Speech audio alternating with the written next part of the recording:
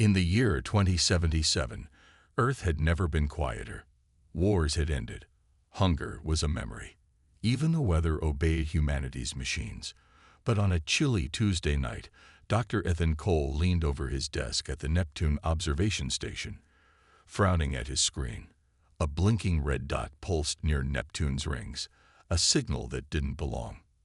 "Olivia, get in here," he called. Dr. Olivia Reyes, her dark hair tied in a messy bun, rushed into the lab. "Another false alarm?" she asked, sipping cold coffee. Ethan shook his head. "This one's moving. Fast." They stared at the data. The signal wasn't a comet or a satellite. It was a pattern, repeating, precise. Alien. Before they could argue, alarms blared across the station. On the main screen, Neptune's rings shattered. A black hole tore open the sky, spitting out a fleet of jagged metallic ships. "Evacuate. Now," Ethan shouted. But it was too late. By dawn, the world burned. The Vryklan Armada, a swarm of biomechanical horrors, ripped through Earth's defenses. Lunar colonies vanished in nuclear flashes. Chunks of the moon rained down, crushing cities. In New York, a skyscraper crumpled like paper. In Tokyo, a tidal wave from a fallen asteroid swallowed the streets. Captain Logan Mitchell, a Marine Corps veteran, clawed through rubble in Chicago. "This way," he yelled, dragging the wounded woman toward a shelter. A child, Mia Carter, clung to his arm, her face streaked with ash. Logan's radio crackled. "All units, fall back. Repeat." The transmission died. Meanwhile, in a Seattle basement, hacker Mason Brooks watched live feeds of the invasion. His fingers flew across a keyboard. "They're not just attacking," he muttered. "They're harvesting." The Vryklan drones sucked up oceans, forests, even people, feeding some monstrous machine in orbit. At the ruins of the Neptune station, Ethan and Olivia huddled under a broken hull. "They're here to strip the planet," Olivia whispered. "Like locusts." Ethan gripped her hand. "Then we become the swarm they didn't expect." Above them, the alien ships blotted out the sun. The Vryklan worked fast. By the third day, their drones, spider-like machines with glowing blue veins, crawled over Earth like ants. They sucked up oceans, melted forests into glowing sludge, and dragged screaming survivors into floating harvesters. In Chicago, Captain Logan Mitchell hid in a subway tunnel, his rifle low on ammo. Beside him, a nurse named Clara patched up a wounded teen. "They're not killing us," she said, trembling. "They're processing us." Logan gritted his teeth. "Then we'll make it cost them." Above ground, a Vryklan drone screeched. Logan fired 3 shots, and it collapsed. The survivors cheered, but Logan knew better. For every drone destroyed, 10 more took its place.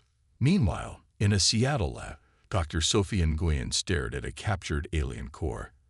The crystal pulsed like a heartbeat. "It's alive," she muttered, poking it with a scalpel.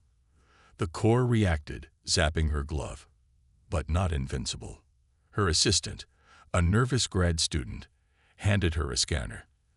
"The energy signature matches the mothership's frequency. If we can disrupt it, we shut them down," Sophia finished. But how? Across town, Mason Brooks hacked into a Vryklan data node. His screen flooded with alien symbols. "Come on, talk to me," he growled. A message flashed. "Assimilation pro vosuo active." Bingo. He copied the code and sent it to Olivia. In a bunker under Colorado, Olivia and Ethan pored over Mason's discovery. "Their network's a hive mind," Olivia said. "If we jam the signal, we blind them," Ethan finished. "But we need a carrier wave." Before they could argue, the bunker shook. On a monitor, a Vryklan commander materialized, a towering figure with blades for arms and eyes like black holes.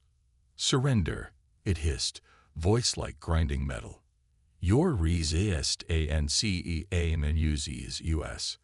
Zarak, The Vryklon warlord smirked. You Wawai Alifi, the great machine. Ethan stepped closer to the screen. Not today. The transmission cut. Back in Chicago, Logan rallied a dozen survivors. We hit the harvesters at dawn, he said. Burn their machines. Steal their weapons. A man raised a hand. What's the point? They're too strong. Logan pulled a Vryklon rifle from his pack. Because we're still here, and we're just getting started. The Vryklon didn't just invade. They remade Earth.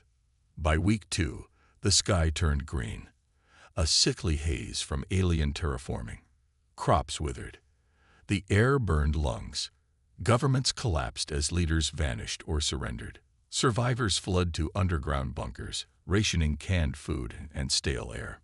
In Colorado, President James Carter slammed his fist on a war room table. We're out of time, he growled. His advisors stared at maps of scorched cities. Sir, the Vryklon control the atmosphere. If we don't strike soon, we die, said a voice. Ethan and Olivia entered, covered in dust. They'd crossed half the country to reach the bunker. Their harvesters are converting Earth's resources into fuel, Olivia explained. If we don't stop them in 72 hours, the planet becomes theirs forever. Carter nodded. What do you need? Access to everything, Ethan said. Tech, weapons, engineers. And Sophia Nguyen. In Seattle, Sophia worked in a dimly lit lab. A Vryklon crystal core floated in a tank, hooked to wires. It's not just a power source, she told Mason, who leaned against a wall, tinkering with a drone. It's a nervous system. Heard it here. She tapped the tank, and the whole hive feels it. Mason smirked. So we make it hurt. But when he tested a prototype pulse weapon on the core, it did nothing. Useless, he muttered, tossing the device aside. Olivia picked it up. Not useless. Incomplete. She opened a locket. Inside was a microchip. My brother died studying alien tech. His research is in here. With the chip, the weapon hummed to life. The core shuddered. In Chicago, Logan's team attacked a harvester. They planted explosives, but Vryklon drones swarmed them. Fall back. Logan yelled. A drone slashed his arm. He shot it, but more closed in. Then the harvester exploded. What the? Logan stared as the drones dropped, lifeless. Mason's voice crackled over his radio. Told you the weapon worked. But the victory was short-lived. Zarok's voice boomed from speakers in the sky. Primitive. UDELA the INEVITAL. Logan wiped blood from his face. Not for long. The resistance called themselves the Iron Vanguard. In a canyon outside what was once Los Angeles, Logan trained fighters. Aim for the cores. He shouted as recruits fired at Vryklon drones. Mia Carter, the girl he'd saved in Chicago, handed out ammo. Be careful, she said, her voice small. Logan nodded.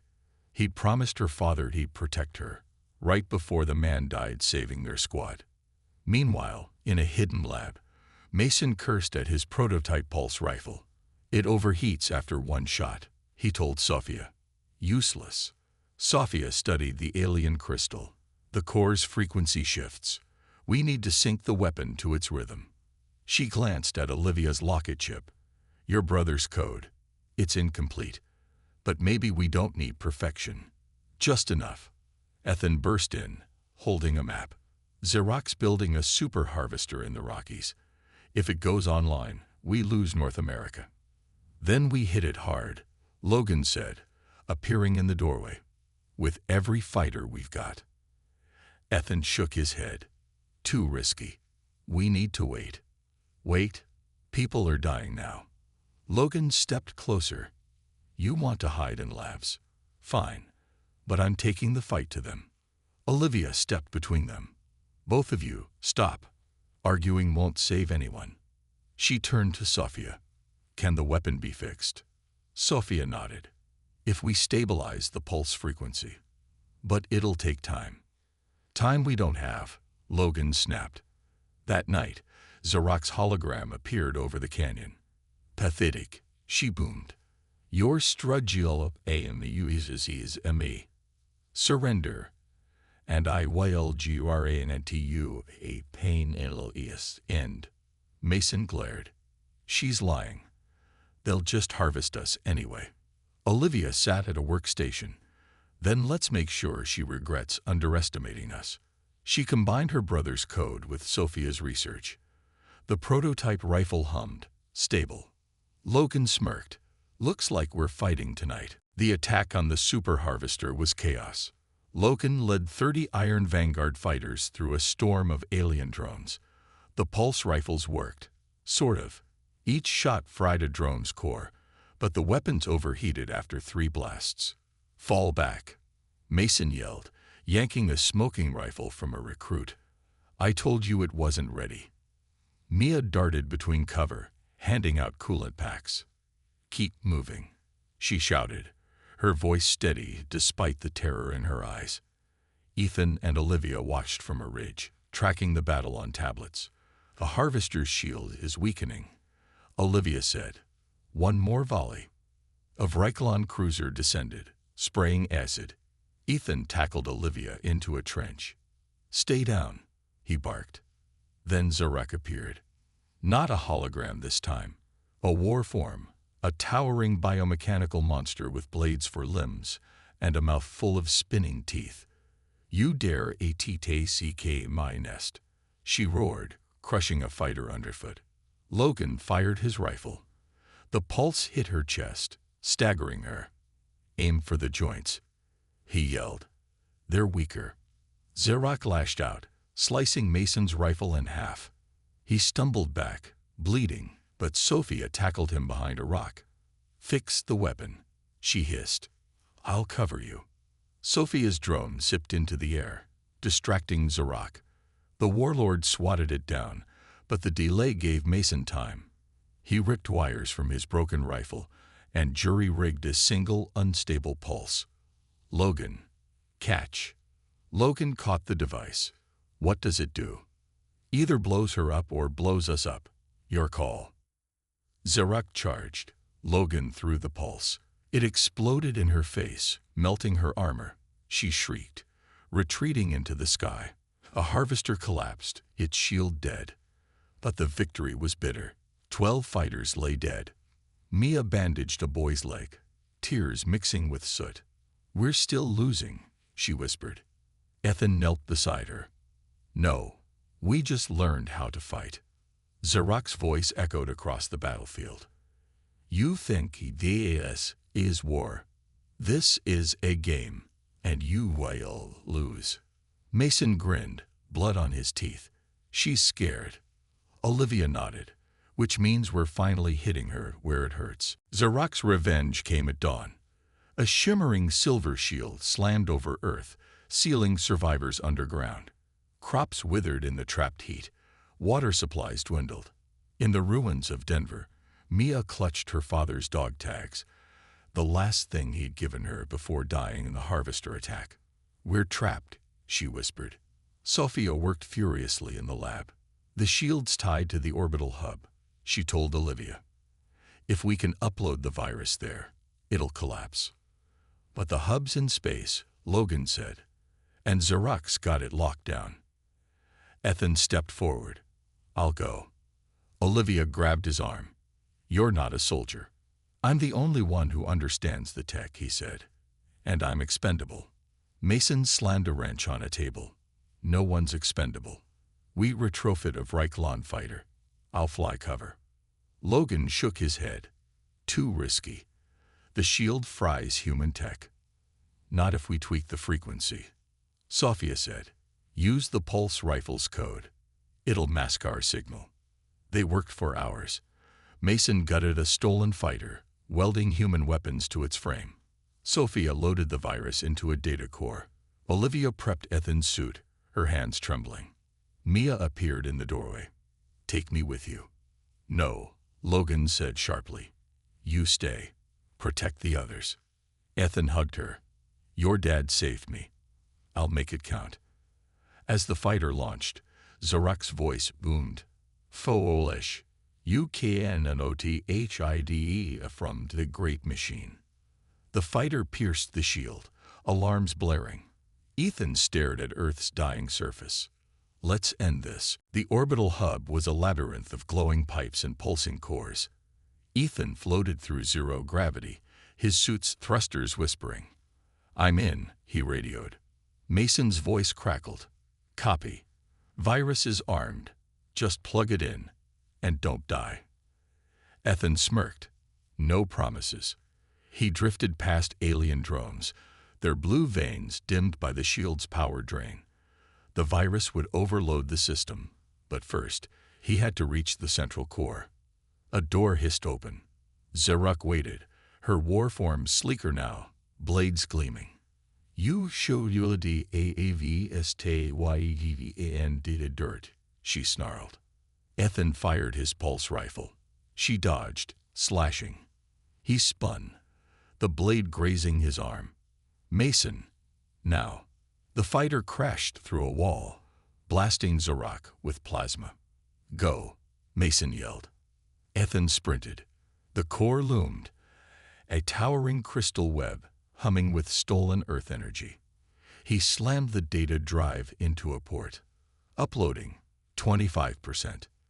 Zeruk recovered, hurling debris. You lose, Ethan shouted, dodging. The virus. IS. A distraction. Zeruk lunged. Ethan fired blindly, hitting a fuel line. The chamber erupted in flames. 75%. 85%. Mason, get out. Ethan yelled. Not without you. Zeruk roared, charging. Ethan leaped, planting a grenade on her back. For Mia's dad. He screamed, detonating it. The blast hurled him into a wall. 100%. Shield destabilized. The hub shook. Earth's sky flickered below. Mason's fighter hovered at the airlock. Jump. Ethan pushed off, grabbing the wing. The hub exploded behind them, Zeruk's scream echoing into silence. On Earth, Olivia hugged Mia as the shield dissolved. He did it, Mia whispered. Loken reloaded his rifle. Not yet. She's still out there. The shield's collapse ignited hope. President Carter's voice boomed over global radios. This is it. Hit them with everything. Nukes launched from hidden silos, streaking toward the wormhole generator. But Zeruk wasn't finished. Her flagship, the Scythe of Oblivion, blotted out the sun. You think US weak? She roared. The ship fired a beam, vaporizing 3 nukes. Evasive maneuvers. Mason yelled, piloting the stolen fighter. Ethan clung to the wing, the virus drive still in hand. We need to get closer. On the ground, Logan led a charge against Vryklon ground forces. Hold the line. He barked. Mia bandaged a soldier's leg, her hand steady. Keep moving.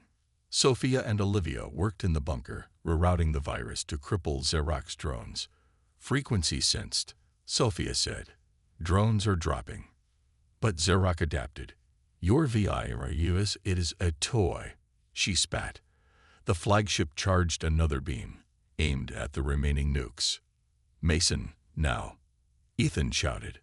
Mason nosedived the fighter, dodging fire. Ethan leaped into the flagship's hangar, slamming the virus drive into a console. Burn, he whispered. The ship shuddered. Zeruk screamed. Logan's radio crackled. Scythe's engines are failing. Repeat. Zeruk's voice cut in. If I fall, you a fall with me. The flagship lurched toward Earth, set to crash. Ethan, jump, Mason yelled. Ethan sprinted for the airlock. Zeruk's war form blocked him, blades raised. Pathetic. Logan's rifle cracked over her head. Move, he barked, tackling Ethan. They leaped as the flagship exploded, raining fire. Mason's fighter caught them midair. The nukes hit the wormhole generator. Light swallowed the sky. When it faded, the Vryklon armada was gone. But Zeruk's laughter echoed one last time. This is not ye end. The wormhole collapsed in a scream of light. Zeruk's flagship disintegrated, but her war form plummeted to Earth, crashing into a desert. Logan, Ethan, and Mason raced to the site, rifles ready. "Stay close," Logan said. "She's still dangerous." The dust cleared. Zorak stood, her armor cracked, blades broken. "Your world is a spark," she hissed. "My people will orituaren. The great machine, nevior stops." Logan stepped forward. "Not today." He fired. Zorak dodged, but Ethan's pulse rifle hit her core. She staggered. Mason tossed Logan a grenade. "End it." Logan caught it, a human weapon, primitive but effective. "For Chicago," he said, throwing it. The blast tore Zorak apart, her body dissolving into ash. Back at the bunker, Sophia and Olivia watched the alien network die. "It's over," Sophia whispered. President Carter hugged Mia. "Your father would be proud." But Ethan stared at the sky. "Is it?" he asked Mason. Zorak said others would come. Mason clapped his shoulder. "Then we'll be ready." As night fell, survivors emerged. Cities lay in ruins, but laughter echoed. A child's song, a shared meal, a promise. Word count, 398. Style, third person, simple English, concise resolution. Key elements: Zorak's final defeat, emotional closure for Mia, subtle setup for future threats. The world began to heal. In the months after the invasion, survivors rebuilt. Crops grew in hydroponic labs. Skyscrapers rose from rubble, their walls etched with murals of the fallen. In Colorado, Ethan and Olivia married in a quiet ceremony. Mia stood beside them, clutching Olivia's hand. "You're my family now," she said. Logan trained new pilots, drilling them on Vryklan tactics. "They'll come back," he told recruits. "But next time, we'll be ready." Mason became a legend. His tech company, Vanguard Industries, rebuilt cities with alien-inspired energy cores, turned their weapons against them. He joked, but his eyes stayed hard. Sophia worked in a restored lab, studying the Vryklan's crystal tech. Their hive mind was a network, she told Olivia. "If we monitor deep space, we might detect another attack early." One night, Mia sat on a rooftop with Ethan. "Do you think Zorak was telling the truth?" she asked. "About others coming?" Ethan nodded. "Probably. But we're not the same species we were. We fight back now." As Mia slept that night, Sophia's monitors flickered. A signal pulsed from a distant galaxy, a faint echo of the Vryklan's code. Sophia didn't wake the others. Not yet. Earth had survived. It would survive again.